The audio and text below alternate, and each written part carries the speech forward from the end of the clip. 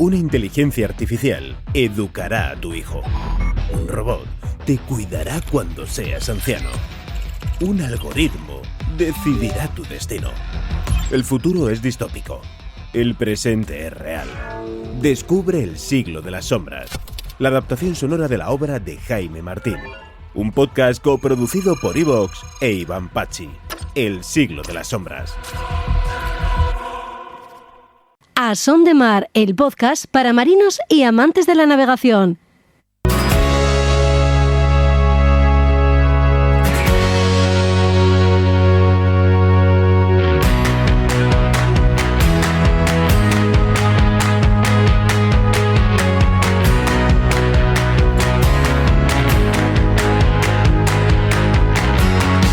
Hola a todos, ¿qué tal? Bienvenidos a otro podcast de A Son de Mar. Después de unas semanas en dique seco y tras unos necesarios trabajos de mantenimiento en el Aruna, trabajos que por cierto no han concluido, volvemos para surcar las aguas de una nueva temporada. Entrevistas y reportajes, el contenido náutico habitual y alguna novedad marcarán la derrota a seguir. Por cierto, ¿os gustaría que alguno de los contenidos del podcast los llevásemos a YouTube? Es una posibilidad que nos ronda la cabeza, una idea que queremos compartir con vosotros. Podéis dejar vuestros comentarios en la publicación de este capítulo si os parece. Nos ayudaríais así a tomar una decisión y plantearnos en serio lo de poner imagen al programa que grabamos de momento exclusivamente en audio. En el capítulo de hoy un asunto recurrente que se vuelve noticia cada verano. Ataques o interacciones. Las orcas siguen tomándoselas con los timones de muchos veleros. Los mismos interrogantes desde que se iniciaran estos sucesos y por respuestas las mismas especulaciones. Volvemos a acercarnos a uno de los temas que más preocupa en los pantalanes de las zonas afectadas con Ricardo Tormo, vicepresidente de ANABRE, Asociación de Navegantes de Recreo que vela por los intereses de sus asociados, usuarios y propietarios de embarcaciones. Aunque no será la única manera de verlo, no será el único punto de vista, porque el libro Orcas, de Joaquín Verdaguer, plantea desde la ficción una interesante hipótesis del porqué de estos desagradables encuentros. Se trata de una novela, sí, pero que ha llevado al autor a un exhaustivo proceso de documentación del que pueden derivarse conclusiones diferentes a las que venimos escuchando. Ponemos la vista más allá del horizonte para mirar por dónde soplan los vientos de las Españas de ultramar y seguir conociendo las aventuras y desventuras de los exploradores y marinos hispánicos que tuvieron en la navegación el modo de expandir todo un imperio y una cultura. También la meteorología tiene hoy espacio en este episodio. Hace unas semanas, lo recordarás, un enorme terremoto en la península de Kamchatka ponía en alerta por tsunamis las costas de todo un océano como el Pacífico. De tsunamis hablamos con Javier Suárez de cuáles son los mecanismos que los desencadenan y de cómo afectan a la navegación. Nada, que volvemos con fuerzas renovadas y ganas de que A Son de Mar se afiance como la plataforma por ti elegida si vendes productos o servicios náuticos para darlos a conocer. Así que anúnciate con nosotros, hombre. Comenzamos.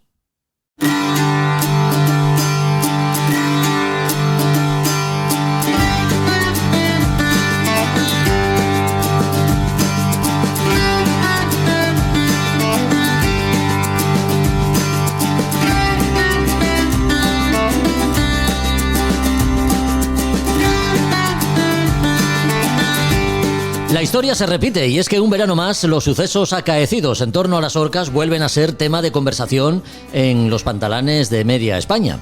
Las preguntas siguen siendo las mismas. ¿Cuándo empezó todo? ¿Si son interacciones o ataques? ¿Por qué se producen? ¿Si hemos entrado en un punto de no retorno? Desde luego la visión que tienen biólogos y medioambientalistas no es la misma que la de quien pues ha llevado un susto, ¿no? O peor, ha perdido su barco. No trataremos de dar soluciones aquí. Y aunque es fácil encontrar responsables, lo cierto es que el asunto ha llegado tan lejos que en nuestra modesta opinión no nos queda más que volver a tratarlo como tema de actualidad que desgraciadamente vuelve a ser. Buscamos la visión de conjunto, nos elevamos sobre los árboles para ver mejor el bosque con Ricardo Tormo, vicepresidente de ANABRE, la Asociación de Navegantes de Recreo, nacida para defender los intereses de los usuarios y propietarios de embarcaciones deportivas. ¿Qué tal, Ricardo? ¿Cómo estás? Muy buenas. Muy bien. Gracias por darnos oportunidad de abordar este tema que es terriblemente conflictivo, ya lo sabéis, ¿no? Desde luego que sí, desde luego que sí. Oye, Ricardo, haciendo honor a tu nombre, ¿eres más de motora o de barco a vela? ¿Perdona? Haciendo honor a tu nombre, Ricardo Tormo, ¿eres más de motor o de barco a vela? No, nada que ver. Ah, bien. Oye, llevamos con esto de las orcas, llevamos liados desde 2020, ¿no? Año en el que se registran los primeros lances. Orcas que inexplicablemente rompen timones, poniendo en peligro a tripulaciones y en algunos casos haciendo perder barcos. ¿Ataques o interacciones? ¿De qué hablamos? Vamos a ver, bueno, efectivamente, como tú dices, empezaron a contabilizar desde 2020. Sí. Probablemente habrían habido alguna interacción suelta anteriormente, pero el problema empezó entonces. Uh-huh. Bueno, como ya sabéis, era principalmente en el estrecho de Gibraltar. Todavía hay buena parte de ignorancia con respecto a por qué, cómo y cómo solucionar este problema, ¿no? Sí. Nosotros no exactamente, aunque trabajamos en el tema, hay gente del grupo de orcas atlánticas que es el que realmente nos proporciona información más fiable. Uh-huh. Creemos. Nosotros tenemos contacto con Alfredo López y Cristina Martín, que son dos personas que si alguna vez quieres abordar este tema te podrían informar bastante bien. Sí. Pero yo intentaré expresaros lo que ellos me transmiten. Uh-huh. La orca, Ricardo, digamos que dime. La orca pertenece a la familia de los delfines, ¿no? Es un mamífero inteligente y familiar que se mueve en clanes, ¿no? Me consta que desde la asociación os habéis tomado en serio este asunto por lo que afecta principalmente a vuestros asociados y navegantes en general. Desde ese punto de vista, ¿qué información es la que manejáis desde ANABRE? Cuéntanos. Sí, bueno, efectivamente, como tú dices, afecta a los miembros de la asociación y al resto de navegantes. Claro. Nosotros desde el 2020 hemos hecho alguna charla en colaboración con esta gente que te he dicho antes, sí, para intentar transmitir nuestra posición al respecto. Es evidente que en la defensa de los navegantes es prioritaria para nosotros, pero la defensa del medio ambiente también. Y lo que hay que intentar es expresar que tenemos que convivir. Nosotros estamos en su medio. Es un animal salvaje. Ya. Intentemos respetarlo y sobre todo intentemos velar por nuestra integridad. Y para eso lo mejor es seguir los consejos serios, porque hay mucha información, como en todo, en las redes de auténticas barbaridades. Pero bueno, si la gente intenta informarse en los medios adecuados, y la página del Ministerio de Transición Ecológica da los consejos que de alguna manera vamos a decir también, y que creemos que son los adecuados. Luego hablaremos de ellos, evidentemente, cuando tú quieras, pero yo, si te parece, haría un breve resumen de cómo está la situación desde el 2020. Sí, claro. Sobre todo. ¿Cuántos casos hay documentados hasta el momento y cómo ha evolucionado la situación desde entonces? Bueno, intentamos diferenciar las interacciones de los avistamientos. Evidentemente, un avistamiento es que alguien ha visto una orca o varias, y la interacción es cuando ha habido algún tipo de daño al buque o contacto con ellos. De estas interacciones se contabilizan más de 500 desde el 2020. Muchas de ellas leves, pero algunas de ellas graves, que incluso han provocado el hundimiento de algún barco. Uh-huh. Lo que hacen las orcas, en principio, y ya te digo, todas estas informaciones hay que cogerlas con pinzas, es lo que estamos intentando investigar, y para ello una de las cuestiones principales que seguramente te saldrán es el pequeño conflicto semántico que hay entre interacciones y ataques, sí, de lo cual se habla mucho. Nosotros hablamos de interacciones sobre todo por una razón. Las orcas, incluso los individuos jóvenes, que son los que mayoritariamente han provocado estos casos en la península, son individuos jóvenes, pero miden entre 3 y 5 metros. Queremos decir que si un bicho de estos de 5 metros quisiera atacar, posiblemente las consecuencias serían muy diferentes. Uh-huh. Entonces, por eso interpretamos que la interacción de alguna manera se sienten atraídos por el movimiento de las hélices, por la estela del barco, y la mayor parte de las opiniones creemos que se trata más de un juego o una enseñanza por parte de los individuos adultos a a perseguir al atún rojo, que es su principal fuente de alimentación, sí, aquí en las costas atlánticas de la península.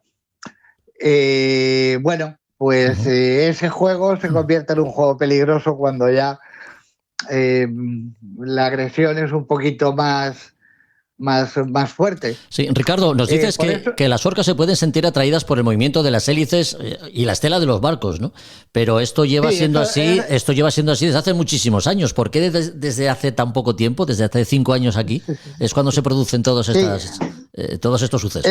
Eso entra en la otra parte. ¿Por qué las orcas ahora actúan contra barcos que llevan 500 años navegando por las aguas? Por eso creemos que es una forma de juego o de enseñanza que los individuos adultos están transmitiendo. La orca es un delfín, como tal un mamífero, y bastante inteligente. Tiene una capacidad bastante grande de razonar y de aprender de los aciertos y los errores que cometen. Entonces, ellos están haciendo esto principalmente, yo creo que es por la enseñanza a cazar a los atunes. El atún rojo, además, está ahora ya empieza a dejar de estar, está en el estrecho de Gibraltar, en las costas andaluzas hasta Portugal, precisamente de abril a julio o una cosa así. Luego empiezan a emigrar hacia el norte. Sí. Y las orcas repiten el patrón, ahora mismo los ataques se están produciendo sobre todo en la costa de Portugal y algunos ya en Galicia. Sí, y en Asturias ha habido algunos, sí. Sí, bueno, siempre puede encontrarse, intentamos buscar un patrón abundante que estadísticamente nos dé cifras. Obviamente puedes encontrar un ataque en la costa de Barcelona, nadie dice que no, pero bueno, principalmente están allí y eso nos da el patrón de que están siguiendo los atunes, que es su fuente de alimentación. Ricardo, parece que nos encontramos desgraciadamente en un punto de no retorno, ¿no? Y son muchas las voces que defienden la idea de que se podían haber atajado estos incidentes si se hubiesen tomado medidas desde un principio, medidas políticamente desde luego incorrectas y mal vistas, ¿no? Hablamos del sacrificio de los primeros ejemplares, impidiendo así la transmisión, digamos, de estas prácticas entre los miembros del clan. ¿Resulta verídica esta solución? Eso sería, a ver, en primer lugar, cuando hablamos de daño a los animales, están en el catálogo de especies amenazadas de la Comunidad Europea en el grado máximo. Sí. O sea, no es que no la puedas matar, es que no le puedes dar ni un cachete. Mientras se pille, claro, en lo oculto ya está. Pero tampoco, a ver, oficialmente, evidentemente, no podía un Estado tomar la decisión de exterminar a los animales para que no atacaran. Todas las medidas tenían que ir a llamadas a la prudencia e intentar buscar medidas disuasorias que no se han encontrado. Ahí tengo que ser razonable. Realmente, de todo lo que se ha probado, parece que puede ser un poquito eficaz, sin ningún tipo de riesgo, el echar arena. La arena, si la echas por la parte que está el motor o la hélice, según sea un velero o no, enturbia el agua y las distrae de su objetivo. Pierden interés. Entonces, bueno, realmente yo creo que realmente en lo que tenemos que trabajar es en que pierdan interés por ese tema. Creo que es la única solución que llegará. Y también por el patrón de comportamiento de las orcas, ya histórico, no solamente en esto, hay bastantes probabilidades de que esta moda se les pase. ¿Cuándo? Si puede ser lo antes posible, mejor.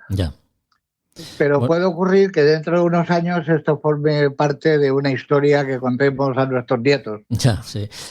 Hablamos de un asunto tan radical, Ricardo, que biólogos y navegantes, pues han acabado, digamos, consolidando dos bloques antagónicos, ¿no? Entre los afectados por un lado, digamos, y quienes no han sufrido en carne propia el encuentro con las orcas y ha perdido su barco. Hoy por hoy el entendimiento, desde luego, parece imposible. Sí, bueno, yo realmente tienes razón y de hecho las charlas que nosotros hicimos las hacíamos con navegantes, tanto socios de Anabre como no, y normalmente buscábamos poner paz, porque los navegantes en general están bastante preocupados por este tema y bastante interesados en que desaparezca a cualquier precio.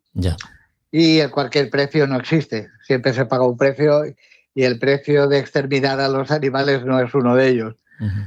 Entonces, bueno, yo voy a lamentar para los que nos oigan decir, de aquí no va a salir una solución definitiva. Pueden salir consejos que son prácticos, son útiles, han dado resultado, pero no al 100%. Si seguimos estos consejos, pues hay bastantes posibilidades que evites un problema, pero no todas. Ya. Los consejos son sencillos. Bueno, luego hablaremos de ellos cuando tú quieras. Sí. Antes te comentaba que Asturias ha reportado al menos 2 incidentes este verano, ¿no? Y ayer un compañero compartía un mensaje de radio emitido por las estaciones costeras de Vigo y Finisterre en el que alertaban de la presencia de 3 grupos de orcas, uno de ellos entre la isla de Sálvora y la de Arosa. Te quiero decir con esto que parece que cada vez se mueven más cerca de tierra, ¿no? El navegar cerca de la costa tampoco parece una solución hoy en día. Bueno, no hay que crear alarma con esto, quiero decirte, en la medida que creamos que son los atunes lo que lo provocan, el atún cuando llega a Galicia principalmente se va al Mar del Norte, pero también hay algunos que siguen la costa, pasan por Francia y todo, y la posibilidad de que algunos de ellos actúen no es imposible. Yeah. Pero claro, centramos la preocupación donde hay muchos. Obviamente, porque tampoco podemos llegar a más, ¿no? Ya. Entonces, pues sí, en Galicia hay un problema. Si en Asturias has reportado 2, en Galicia, que yo diría que no ha empezado la época fuerte, pues ya hay una docena. Ya. ¿Y cómo andamos de recomendaciones, Ricardo, para evitar en lo posible las consecuencias de un encuentro con las orcas? A ver, vamos con estos consejos. Sí. Bueno, parece ser que sí que tienen se han producido ataques a todo tipo de embarcaciones. Hay una mayoría de veleros que creemos que es porque por su velocidad están más al alcance de poder seguir este juego, perseguirlos durante largo rato. Obviamente un vehículo de motor medianamente potente puede esquivarlas, puede llegar a dejarlas atrás, ¿no? Sí. Pero bueno, esto es un poco anecdótico, digamos. El consejo, el Ministerio da un consejo que es un poco contradictorio con otro que también hemos manejado, pero bueno, pueden ser complementarios. El ir cerca de la costa, el avanzar hacia la costa, cuando veamos algún riesgo es bueno. Las orcas generalmente no se meterán más allá de 2 millas o 20 metros de profundidad, generalmente. Entonces, avanzar hacia la costa es una buena idea, pero vendría dado por la posición que tengamos. Evidentemente, si estamos a 20 millas, pues tenemos mucho tiempo para eso.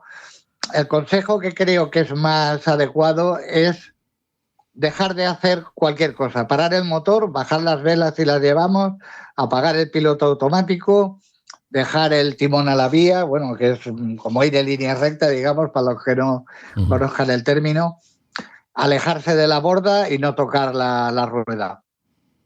Porque si hay, como siempre atacan a la pala del timón, pues un golpe fuerte puede provocar eso, que la rueda del timón pegue un movimiento brusco si la estás cogiendo a cabeza en el agua.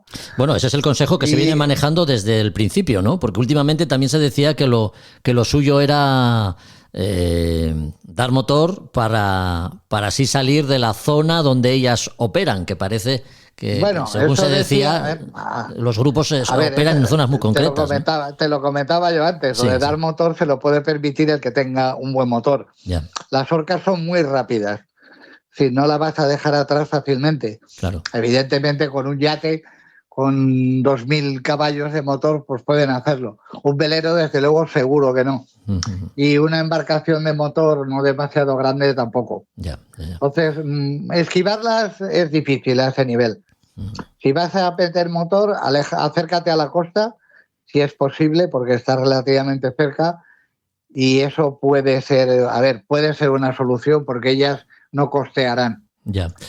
Y la otra es pararlo. Sí. Pararlo, la verdad es que a la gente le da mucho rollo. Dice, bueno, ahora me quedo sin nada y tengo a unos animales aquí pegándome por abajo.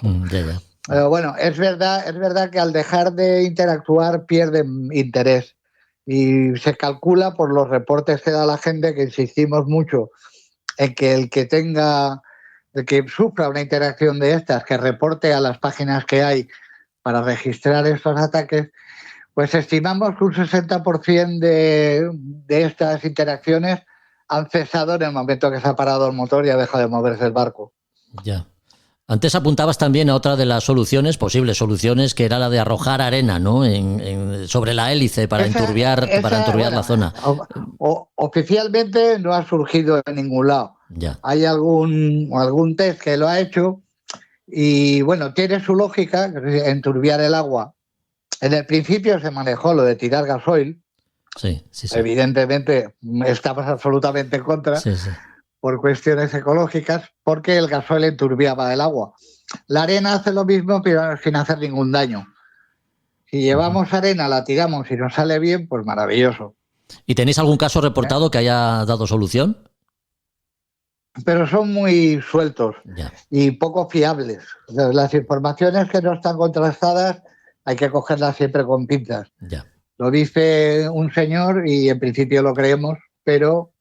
lo creemos y lo reproducimos aquí, por si alguien quiere hacerlo. Pero bueno, no es un dato contrastado para poder obligar a los barcos a llevar sacos de arena ahora. No creo que sea una buena idea, ¿no? No creo que sea ni siquiera una idea. Sí. Así que como soluciones, a priori, seguimos manejando la que siempre se ha manejado, ¿no? Navegar cerca de la costa y bajar velas y parar el barco en caso de un velero. La primera y más importante, y que nos creaba discusiones, porque la gente veía un atentado a su libertad, es evitar las zonas de riesgo. Todos los años se publica un pequeño cuadradito en el mapa, en el estrecho de Gibraltar, donde se recomienda no navegar. Pues el consejo es muy fácil. Si sales de paseo, vete en la dirección contraria. Probablemente eso te dará tranquilidad. Claro, hay alguno que dice, yo con mi barco salgo donde quiero. Pues asumo las consecuencias. ¿Qué quieres que te diga? Ese consejo me parece que salió desde el principio y de hecho lo publica el Ministerio. Un cuadrante donde dice aquí se producen interacciones, intentar no entrar ahí. Es de una lógica aplastante, ¿no? Sí. Pero bueno, en la medida que es posible y si no es posible, pues seguir el resto de consejos. Sobre todo yo creo que para lo que pueda la gente pensar como ideas así peregrinas, creo que de lo que se trata es de que pierdan el interés en nosotros, de una manera o de otra. Sí, pues, bueno, obviamente de las maneras legales y no agresivas, pero en el momento que pierda el interés se acaba el espectáculo. Ellas no tienen interés, vamos, su objetivo no es hundir el barco y comerse a los tripulantes, obviamente, su objetivo es jugar. Jugar con el timón, porque es lo que les llama más la atención, es lo que se mueve. Pueden verle un parecido a la aleta trasera de un atún rojo y decir, mira, aquí es donde hay que atacar para pararlo. Ricardo, ya para terminar, dinos dónde podemos recurrir, qué páginas web o aplicaciones son las más fiables para mantenernos informados respecto al tránsito de los diferentes grupos de orcas que operan por la península. Vale, pues te apunto una idea simplemente y te digo el grupo de orcas con el que nosotros trabajamos y que le damos confianza. La idea, y es importante, es cuando alguien tenga un avistamiento, una interacción, si es posible, sin riesgo, fotografiarlas. Porque las orcas tienen una huella digital. O sea, que las manchas blancas que tienen son únicas para cada una de ellas. Sí. De hecho, gracias a eso, esta gente del grupo de trabajo de orcas ibéricas, que es lo que te iba a recomendar como página de consulta, tienen un registro que prácticamente le han puesto nombre a todas las que se han enviado las fotos. Ya te digo, no hay dos iguales. Y eso también ayuda a localizar las que intervienen más, las que no intervienen y toda esta información que obviamente es importante. Bueno, y el último apunte ya decir, hay registradas, el último registro daba menos de 50 ejemplares de orca ibérica, lo cual, por eso está súper protegida. Ya. Pensemos que todo lo que hagamos está muy bien, pero si desaparecen no vamos a ser más felices. Bueno, desde luego las orcas... Vamos a intentar convivir. Sí, claro que sí. Desde luego vuelven a protagonizar, ¿no?, buena parte de los debates y coloquios que tienen lugar en los pantalanes, ¿no? Y es un problema para la navegación recreativa que al menos de momento pues no parece tener una fácil solución, por decir que no la tiene. Así que... No la tiene, ya. Desde luego. No la tiene. De todas maneras, yo diría que van en descenso ligeramente cada año. Ojalá eso sea la señal de que efectivamente pierden interés. Pues esperemos que así sea. Y dentro de pocos años esta entrevista no tenga sentido. Ojalá. Esperemos que así sea. Ricardo Tormo, vicepresidente de ANABRE, Asociación de Navegantes de Recreo. Gracias por estos minutos y dar la opinión que como asociación que sois, pues de alguna manera también os hacéis eco, ¿no?, de la voz de vuestros socios. Así que muchas gracias. Por supuesto.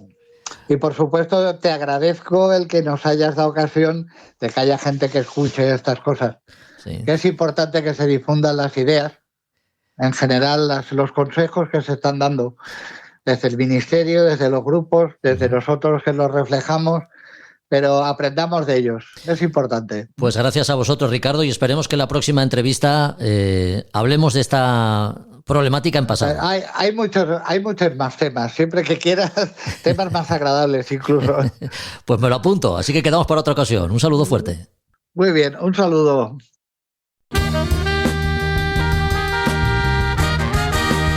A Son de Mar, el podcast de Jorge Uría. We can do better. We could be chasing dreams. We know what's right, and we know how it feels. Yeah, we can do better. We can make a change for real.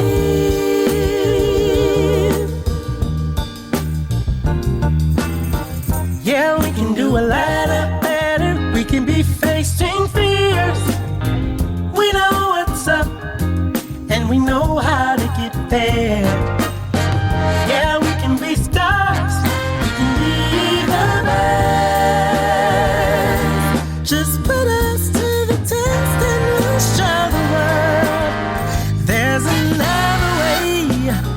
If we just try a little every day, we can make it better.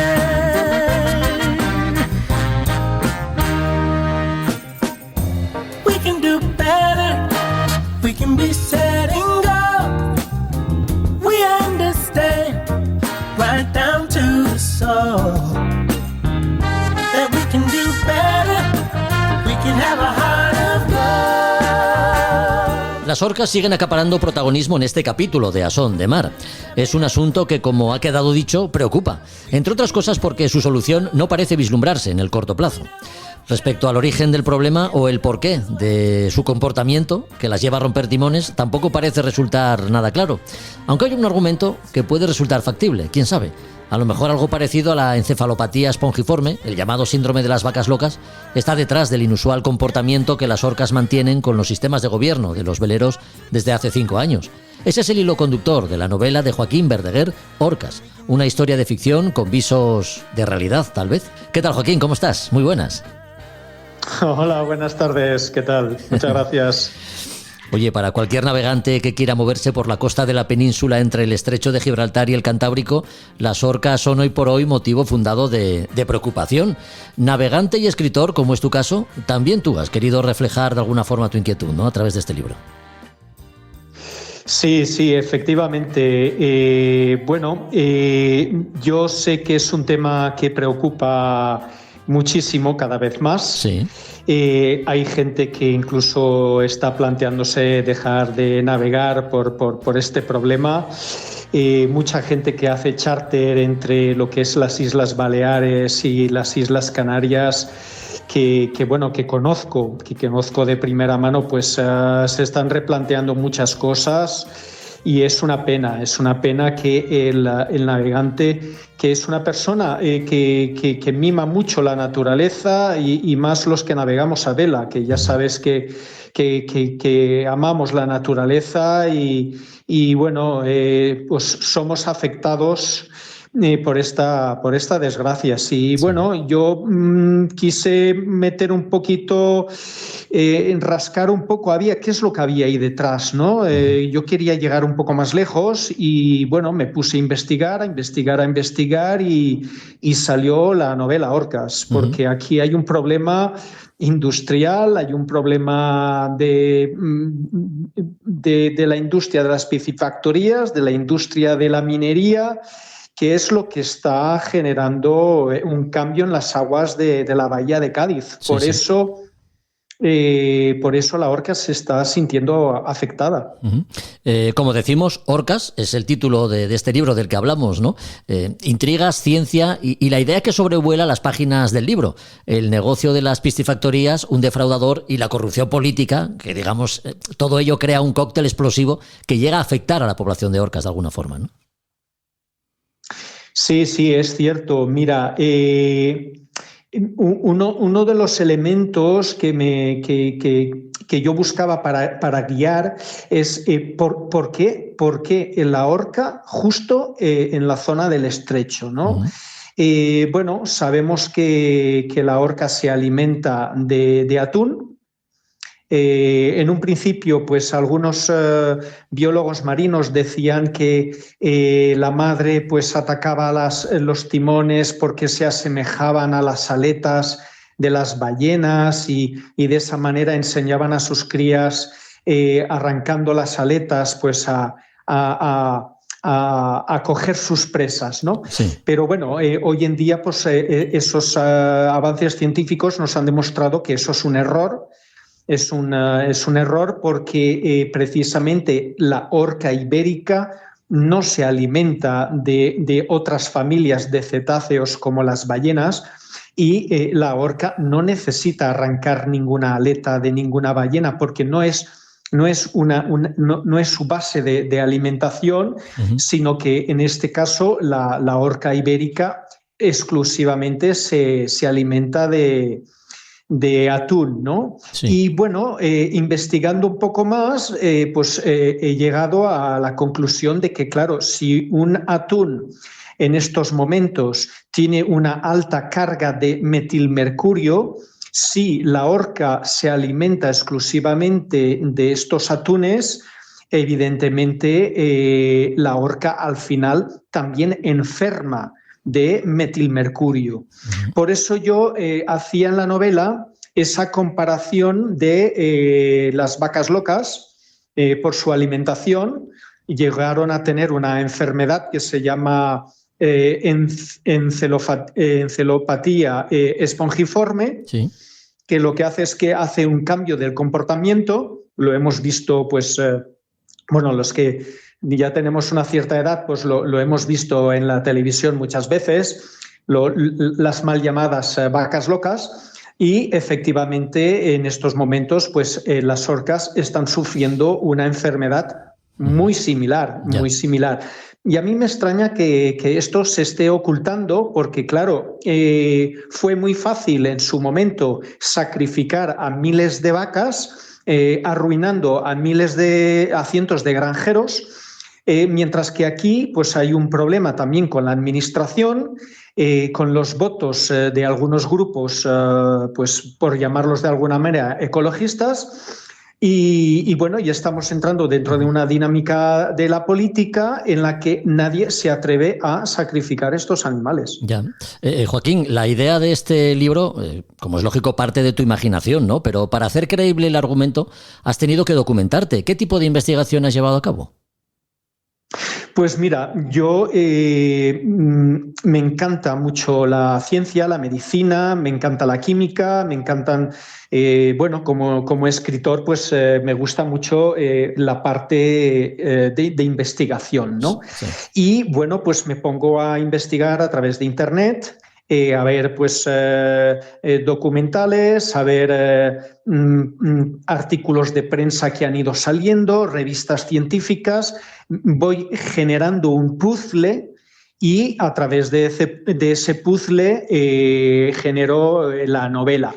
Efectivamente, la novela es una novela de ficción con unos personajes de una trama pues, de corrupción, de infidelidad, de bueno, pues lo clásico de las novelas, ¿no? Para atraer al lector.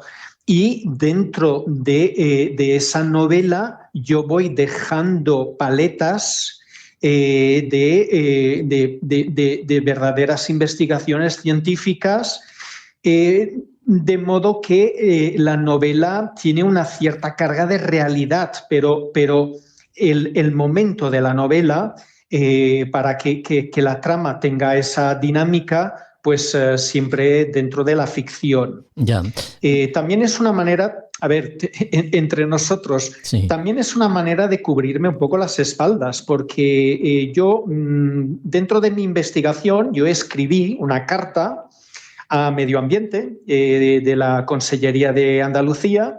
Escribí una carta haciendo pues, ciertas alusiones a lo del metilmercurio, al problema de la minería, el problema de las orcas, y me contestaron. Me contestaron una carta que está, yo cambié algunos datos y tal para no involucrar a nadie, pero esa carta yo la he incluido dentro de la novela. Y la verdad es que es patética la contestación. Ya. La contestación es vergonzoso que una consejería se quite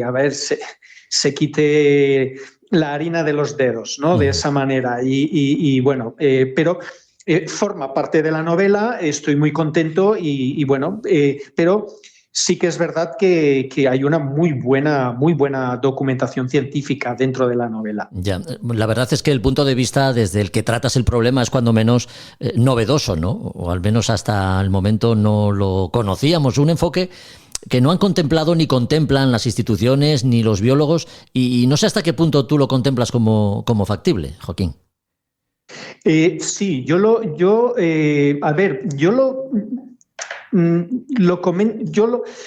sí que lo veo como factible porque hay una carga científica de investigación detrás de todo esto. Por ejemplo, el tema de las piscifactorías que yo nombro aquí en la novela, ahí hay una realidad. Es que no nos están diciendo exactamente los porcentajes y lo que se está poniendo en las harinas de pescado para engordar a estos peces.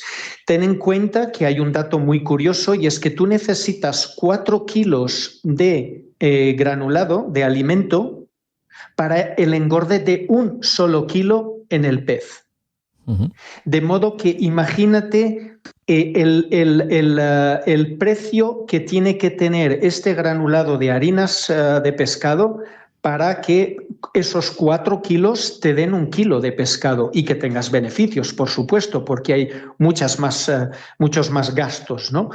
Y entonces, investigando un poco sobre el mundo de las piscifactorías, pues me fui por toda la península, las normativas europeas, y luego veo que muchas harinas generalmente se traen de México, ¿no? Se traen de México con cierto encubrimiento, y luego esas harinas se adulteran aquí con muchísimos productos. Lo que ocurre es que la normativa, si pones menos de un 5% de ciertos productos, no estás obligado a meterlo en la etiqueta, ¿no? Entonces, vemos, por ejemplo, como harinas de cáscara de mejillón para generar más peso, ¿no? Más bulto y otros muchos más, como por ejemplo harinas de insectos. También se utilizan y una cantidad de fármacos y de antibióticos que esos peces están alimentados, y luego es la cadena alimenticia humana la que va a comer esos peces que en cierto modo pues no están alimentados de una manera muy sana al 100%, ¿no? Y eso está pasando a la cadena humana. Entonces, si te fijas, por ejemplo, en la sinopsis de la novela, las últimas 3 fases, yo digo, es otra forma de interpretar lo que está sucediendo. Esperemos que el contenido de esta novela siga siendo ficción y no el principio de una realidad. Y efectivamente, espero que siga siendo ficción, porque destapa muchas cosas de nuestra sociedad que nadie quiere decir, porque se saben, pero nadie quiere decirlas. Ya, y desde luego, desde la política en las instituciones es un punto de vista que ni se contempla, no se tiene en cuenta. Orcas. Orcas es el título del libro de Joaquín Verdaguer, un libro que he disfrutado y recomiendo, y que nos pone además desde la ficción en otra vía para entender el fenómeno que ha afectado y afecta a tantos navegantes, y a los que no, pues también preocupa, ¿no? Interacciones o ataques. Las orcas, mientras, pues siguen partiendo timones. Joaquín, muchas gracias por haber compartido con nosotros estos minutos, y esperemos que sigas disfrutando del Pangea como lo haces, porque sigues, a bordo del Pangea. Sí. Bueno, hay soluciones, hay soluciones. No voy a decir cuáles, cada uno que decida cuáles van a ser. Nosotros vamos a seguir navegando, vamos a seguir disfrutando de nuestra estancia por la bahía de Cádiz, que es donde estamos actualmente. Muy bien. Y es desde donde yo escribo y desde donde estoy y lo vivo en directo. Todos estos problemas yo los vivo en directo día a día. Uh-huh. Y nada, agradeceros muchísimo que hayáis pensado en mí, y también muy contento de que te haya gustado la novela. Pues sí, me ha encantado. Me ha atrapado desde la primera página hasta la última, y además se lee de una sentada. Es fácil de leer y sí, y muy interesante. Gracias, Joaquín, por la compañía. Un abrazo fuerte. Gracias a vosotros, gracias a vosotros.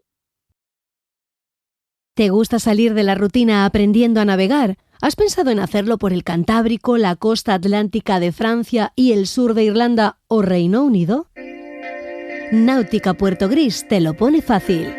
Suelta amarras y disfruta con nosotros tu charter por enclaves náuticos con siglos de tradición marinera.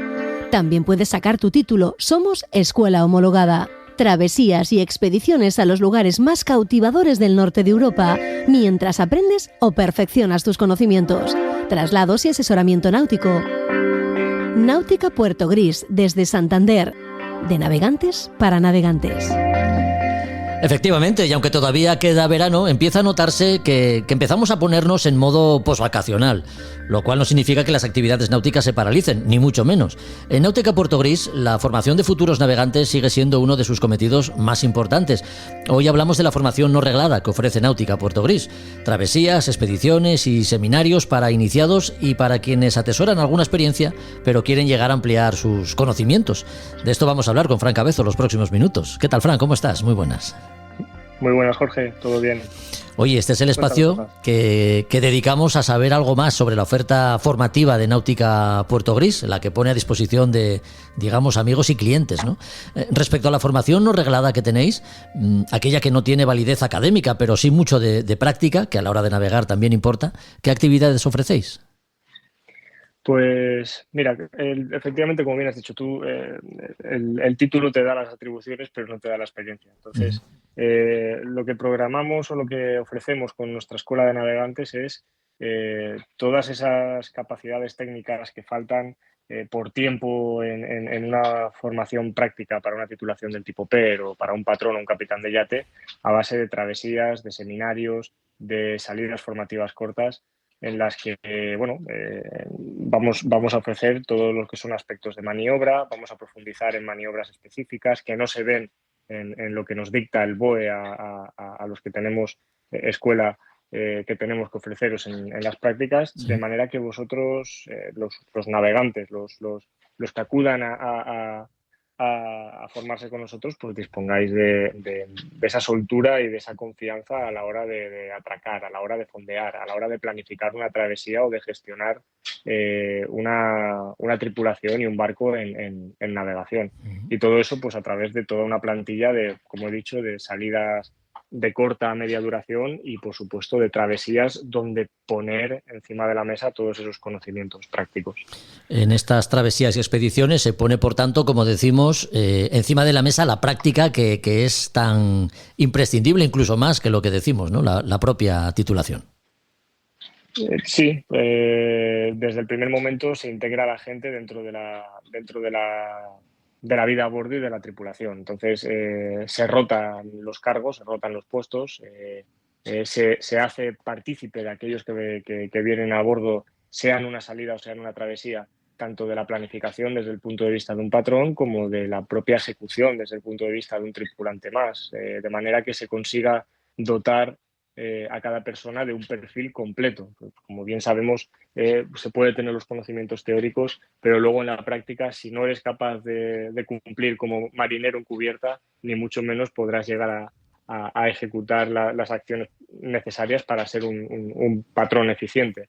Entonces, intentamos que sea todo un perfil completo e integrar a la gente en todos los aspectos relacionados con la navegación, la gestión y la ejecución a bordo. Desde luego, Náutica Puerto Gris, Fran, tiene su sede en Santander, pero vuestro radio de acción es mucho más amplio.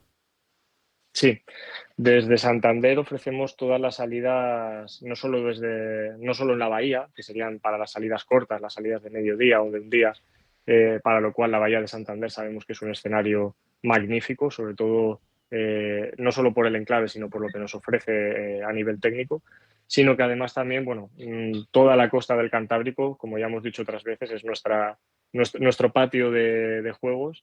Y luego, gracias a los contactos y a las colaboraciones con otras empresas amigas y con otros navegantes, podemos expandir un poquito nuestra oferta a otras zonas del Atlántico y al Mediterráneo.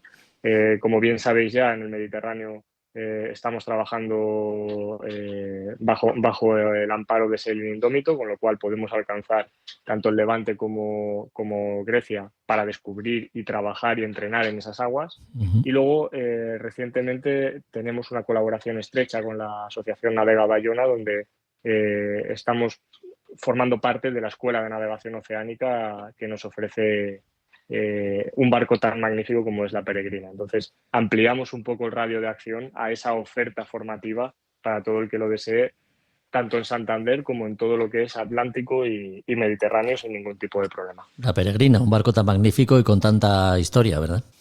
Somos quizás en ese punto un poco, o nos sentimos un poco la herencia de grandes navegantes, en este caso de un grandísimo navegante y padre para muchos marinos que nos dedicamos a este sector, como es Javier Babé, que en paz descanse. Así es. Bueno, ya para terminar, Fran, oye, si un grupo de amigos decide que quiere aprender algo más sobre, no sé, mecánica y mantenimiento, por ejemplo, ¿puede ponerse en contacto con vosotros y contratar un seminario exclusivo para el grupo? La Escuela de Navegantes, como servicio formativo, no solamente son las salidas y las travesías, sino que además también son los seminarios específicos de formación de todos aquellos conocimientos que sean útiles y que apliquen como entrenar a la gente a ser un buen navegante. Entonces, por supuesto, también no es solamente una oferta de plazas, sino, como bien comentas tú, puede ser una oferta cerrada para un grupo de gente, de amigos que tengan ese interés, y nosotros ponemos a disposición nuestros conocimientos, nuestra experiencia, para organizarse no solo en navegación, sino también en seminarios sobre mecánica naval, sobre radio, sobre jarcia, sobre todo aquello que pueda ser útil para que se gane esa experiencia y esas capacidades. Pues tomamos nota de ello. ¿Que tienes ya el PER? ¿Que has alcanzado tu habilitación como capitán de yate o porque simplemente quieres tener una primera experiencia de navegación? Náutica Puerto Gris te lo pone fácil con la oferta formativa no reglada que complementa a la oficial y a la que hemos dedicado estos minutos con su gerente, con Fran Cabezos. Gracias, Fran, por tu compañía una vez más y ya sabes que te esperamos en un próximo episodio. Un saludo. A vosotros, un saludo.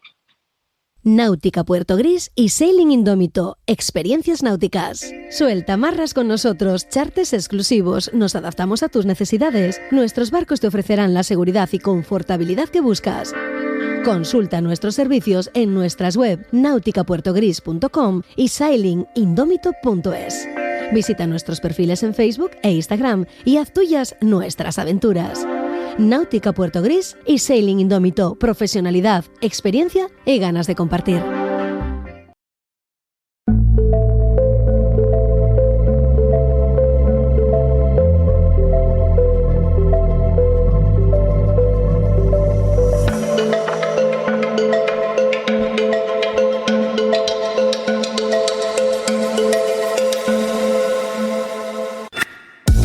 Durante el tiempo que nos emitió este podcast tuvo lugar un suceso que por su magnitud acaparó la atención de prensa e informativos. Fue el 30 de julio en la península de Kamchatka. Un terremoto de 8,8 de magnitud sacudía esa parte del planeta y liberaba tal cantidad de energía que sus probables consecuencias pronto hicieron saltar las alarmas de medio planeta. El aviso de tsunamis fue emitido por todo el Pacífico. ¿Pero qué son realmente los tsunamis? ¿Nos afectan en latitudes como las que nos encontramos? ¿Cómo proceder si nos pilla navegando? Bueno, de todas todas estas cosas y alguna más hablamos los próximos minutos con Javier Suárez. ¿Qué tal, Javier? ¿Cómo estás? Hola, ¿qué tal, Jorge? Muy bien. ¿Qué tal? Muy buenas. Bueno, nuestros oyentes ya sabes que eres nuestro meteorólogo de cabecera y por eso te hemos llamado para que nos aclares algunas cosas respecto a la existencia de los tsunamis, ¿no? Porque en la memoria de todos está el terremoto de 2004 en el Índico, que afectó muy especialmente a Tailandia, y las de 2011 en Japón, que también fueron impactantes, ¿no? Yo creo que esas dos fueron las primeras veces que asistimos en directo a los efectos de un tsunami. Pero, Javier, ¿qué son los tsunamis y cuál es el mecanismo que los pone en marcha?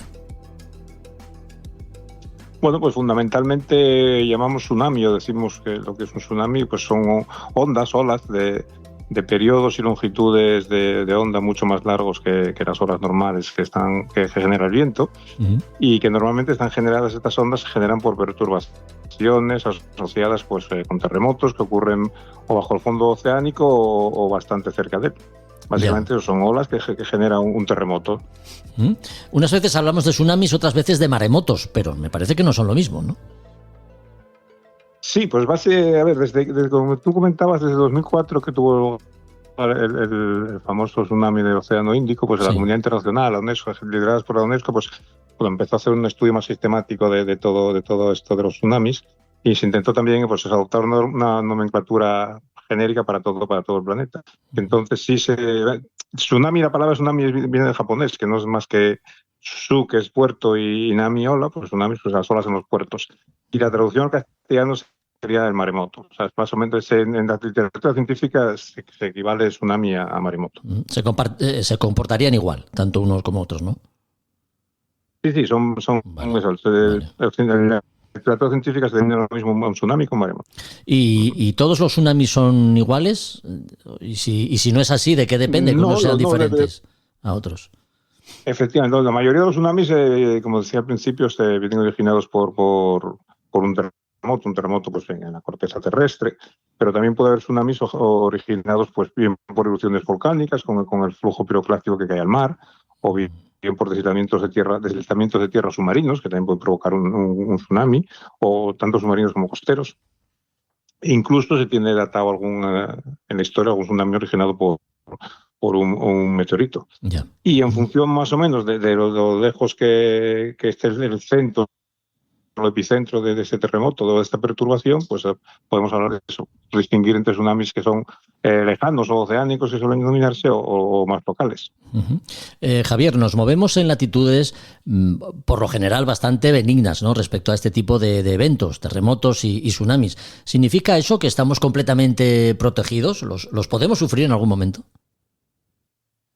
Pues si bien es verdad que más del 70% de los tsunamis ocurren en el Océano Pacífico, en el Mediterráneo se viene registrando a lo largo de la historia un fenómeno de tsunami importante por siglo. Y según los recientes estudios existe una probabilidad cercana pues al 100%, a la probabilidad total de que se produzca una ola de tsunami de más de 1 metro pues en los próximos 30 años en el Mediterráneo. Como decía antes, a raíz de los acontecimientos de 2004 y 2011, pues se creó un sistema de alerta temprana para el Atlántico Nororiental y el Mediterráneo. Está liderado por 4 países, por Francia, Turquía, Grecia, y se va a incorporar Portugal ahora también, que se encargarían de la vigilancia de esta zona que nos atañe a nosotros, que sería toda la costa, toda la vertiente atlántica de noratlántica de Europa y del norte de África, y el mar Mediterráneo y los mares adyacentes al Mediterráneo. Últimamente se está dando bastante importancia a este tipo de fenómenos. Ahora que mencionas el Mediterráneo, si lo tratamos como un gran lago, un tsunami en el Mediterráneo podría tener efectos devastadores, o el tamaño del propio mar Mediterráneo no deja que el tsunami, por decirlo de alguna forma, desarrolle todo su potencial. ¿Sería tan grave como cualquier otro sitio? Pues podría tener efectos devastadores, y además el problema del Mediterráneo es que si antes hablábamos de eso, de que había una manera de diferenciar los tsunamis serían que fueran o lejanos o oceánicos o más locales, pues en el Mediterráneo básicamente son todos o locales o regionales. Ya. La energía que se genera un terremoto, o cualquier volcán en el Mediterráneo, el problema que tiene el Mediterráneo es que no da tiempo a que que la población, entre comillas, se prepare para recibir esa ola. Oye, pues los impactos del tsunami. Digo que no nos movemos del Mediterráneo, más concretamente de las Islas Baleares, porque allí se da un suceso llamativo que recuerda a esa fase en la que el tsunami se deja ver, ¿no? Cuando la mar se retira dejando al descubierto parte del lecho marino en la costa. Hablamos de las risagas. ¿En qué consisten? ¿Qué es esto de las risagas? Efectivamente, las risagas, y como te decía antes, en esta tendencia ahora a establecer una nomenclatura para todos los fenómenos y que todo el mundo hablemos de los mismos, pues se contempla también estas risagas, o también se denominan meteotsunamis, porque se generan por perturbaciones meteorológicas o atmosféricas, que bien puede ser producto pues por ondas atmosféricas de gravedad, de formaciones en la troposfera, o bruscas variaciones de la presión, o sistemas frontales muy intensos, o rachas de vientos, o tifones y huracanes. Y estas ondas que generan, estos meteotsunamis, estas ondas que se generan por perturbaciones meteorológicas, son en su comportamiento similares a los tsunamis. Igualmente devastadoras cuando llegan a áreas costeras, y especialmente devastadoras pues, en bahías, en calas, en las que se produce fuente de amplificación del fenómeno y tienen propiedades, la propia orografía, generan propiedades de resonancia en el flujo bien definidas. Y el caso más llamativo o más conocido en el Mediterráneo pues es lo que ocurre en Ciudadela, en Baleares. Ya. Oye, pues ya que estamos aprendiendo tanto, si nos pilla navegando, no es lo mismo que lo haga en mar abierto, desde luego, que en la costa, ¿no? ¿Cómo proceder si estamos navegando cuando recibimos la alerta de un tsunami? Bueno, pues en todas las guías de tsunami, tanto las que se hacen se generan los distintos centros de seguimiento de tsunamis, pues todas te hablan de lo mismo. Si estás navegando y te pillan en alta mar, pues el tsunami puede ser incluso que sea imperceptible para ti, porque pasará una olita por ahí, una ola, que no apenas notarás. Entonces, el consejo es que si estás navegando en alta mar, pues te mantengas en alta mar y no te acerques a ningún puerto. Sí. Y luego los tsunamis, cuando se acercan a los puertos, a las costas, el problema es que generan pues fuertes corrientes y cambios en el nivel del mar muy significativos, y que se magnifican sobre todo en los muelles. Entonces que hay que tener cuidado de eso, pues no intentar acercarse a un muelle, si ves que el tsunami te va a encontrar. Pero también si estás en el muelle anclado en cualquier otro sitio, pues tampoco se aconseja que te salgas al mar, porque no es muy difícil calcular exactamente la velocidad con la que viene el tsunami. Entonces siempre te puedes encontrar pues con olas que vengan, justo te pillen a la salida del puerto, que además puede coincidir que haya un tráfico elevado de gente intentando salir del tsunami. Sí. Luego esas corrientes de entrada siempre suelen venir con escombros de haber afectado las costas. Entonces la recomendación siempre, si estás en alta mar, mantente en alta mar. Si estás en la costa, pues búscate un lugar elevado, que es mucho más valiosa la vida que el barco que puedas tener ahí, que se pueda perder por culpa del tsunami. Desde luego, no es por alarmar a nadie y tampoco descubrimos nada, ¿no? Si decimos que en caso de que nos llegue un tsunami y tenemos el barco amarrado, lo más probable es que lo perdamos. Pero bueno, lo importante, como tú dices, es salvar la vida. Desde luego que sí. Efectivamente, no hacer cosas extrañas. Es difícil imaginar una vida sin riesgos, y la Tierra, como planeta vivo que es, pues nos pone a veces, ¿no?, ante la cruda realidad de sus constantes movimientos y convulsiones. Huracanes, volcanes, terremotos y tsunamis suelen tener efectos a veces devastadores, ¿no? De tsunamis hemos hablado, fenómenos que por su naturaleza afectan especialmente al ámbito de la navegación, y lo hemos hecho con nuestro meteorólogo, con Javier Suárez. Gracias, Javier, por tu compañía una vez más, y te esperamos en un próximo capítulo. Cuídate. Gracias a ti y bueno, hasta la próxima entonces.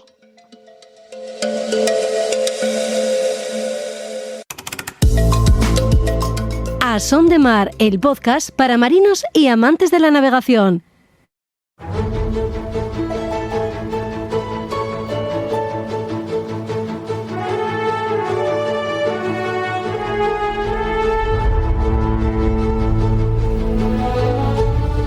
En esta reentrada de la nueva temporada de A Son de Mar vuelven a soplar los vientos de las Españas de ultramar y sus exploradores.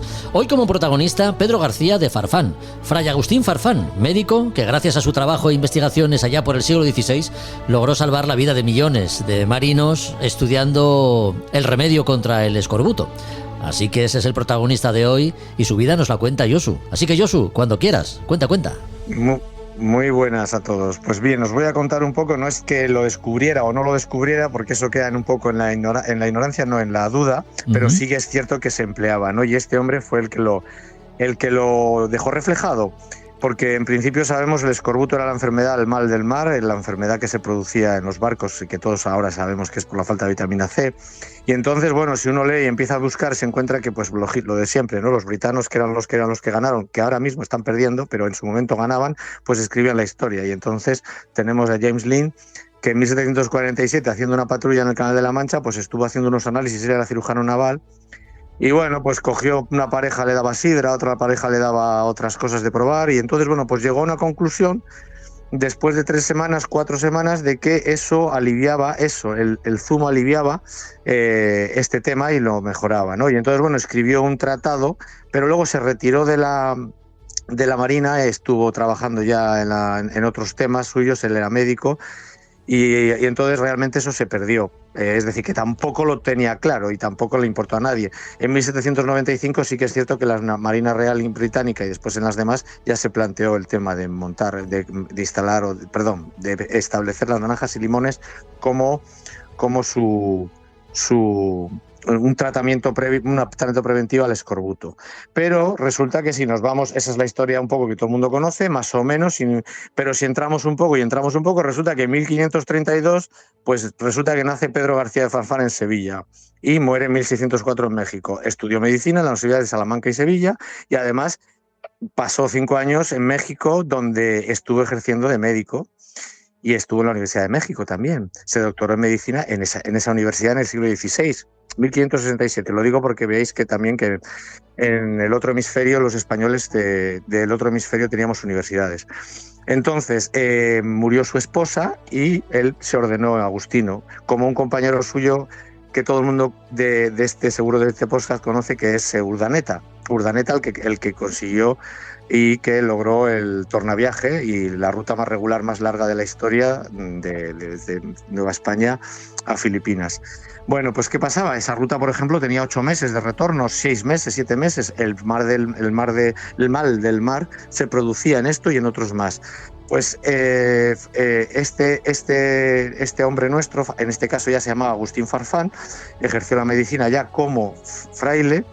Y en 1569 escribió el Tratado Breve de Anatomía y Cirugía, ¿no? Y en ese cual recomienda ya el uso de naranjas y limones para el tratamiento del escorbuto. Digo yo que 200 años antes que este británico, por ejemplo, ¿no? Que tampoco lo tuvo claro. Esta obra se reeditó y en principio, bueno, pues lo que se hacía desde en esa época no es que él lo impusiera, sino que lo observó. Era como, bueno, en las travesías largas ya se utilizaba en el galeón de Manila, se utilizaban los agrios que llamaban ellos, es decir, los españoles envasaban sin aire el zumo, que les llamaban agrios, lo calentaban al baño María, formando un jarabe, y de esa manera, bueno, pues al final aguantaba ese zumo y de esa manera pues se pudo mantener, por ejemplo, en esa flota, en ese galeón y en otras flotas, pues un poco la reducción de la generación de este escorbuto, ¿no? Entonces él simplemente lo reflejó y como médico lo justificó un poco, aunque tampoco él lo tenía claro, pero lo que quiero decir es que tampoco lo tenía claro el britano 200 años después, pero es lo que aparece en los papeles. Entonces, pues nada, simplemente es eso, ¿no? El remedio, como no había tampoco, no era muy bueno porque los agrios se perdían, pues bueno, tampoco llegó a confirmarse como tal, pero sí que es cierto que lo reflejó. Esto permitió que la ruta y el tornaviaje hecho por un agustino como Urdaneta, pues se mantuviera sin ningún tipo de problema durante 250 años utilizando estos agrios que ya utilizaban los españoles antes que los britanos, ¿no? Entonces, bueno, pues la primacía del descubrimiento tampoco se sabe, pero lo que sí se sabe es que nosotros lo usábamos pues como 2 siglos y medio antes que ellos. y ellos no lo sabían igual que nosotros. Entonces es un poco curioso, no es submarino, pero sin embargo garantizó y promocionó un poquito y reflejó cómo los españoles ya utilizaban la vitamina C sin conocimiento real para evitar el escorbuto. No sabían, no conocía nadie la vitamina C. Y esto es un poco la historia de este fraile español, mexicano, que es lo mismo, y bueno, pues un gran médico. El escorbuto, que tantas vidas de marinos se cobró, preocupaba a capitanes, armadores y países, ¿no? Algunos eruditos lo estudiaron y colaboraron en su estudio para combatirla.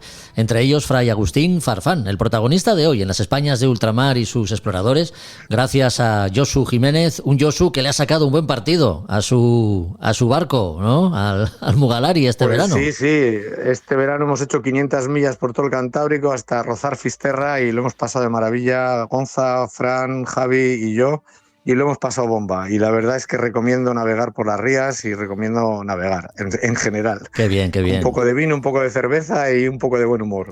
Y mira que salías los primeros días un poco preocupado y disgustado con el tiempo que no acompañaba, ¿eh? Pero malos a la contra, pero luego fue todo a favor. Yo supongo que esto es una especie de cosa religiosa, de que primero te sacrifican y luego te dan el premio.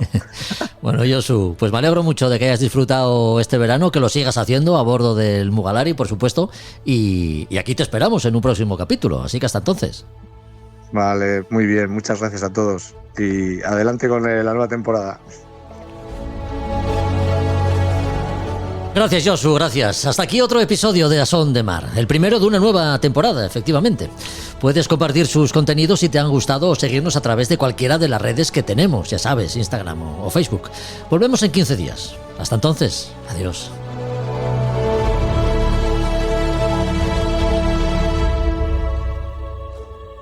A Son de Mar, la náutica en un podcast. Una inteligencia artificial educará a tu hijo. Un robot te cuidará cuando seas anciano. Un algoritmo decidirá tu destino. El futuro es distópico. El presente es real. Descubre El siglo de las sombras. La adaptación sonora de la obra de Jaime Martín. Un podcast coproducido por Evox e Iván Pachi. El siglo de las sombras.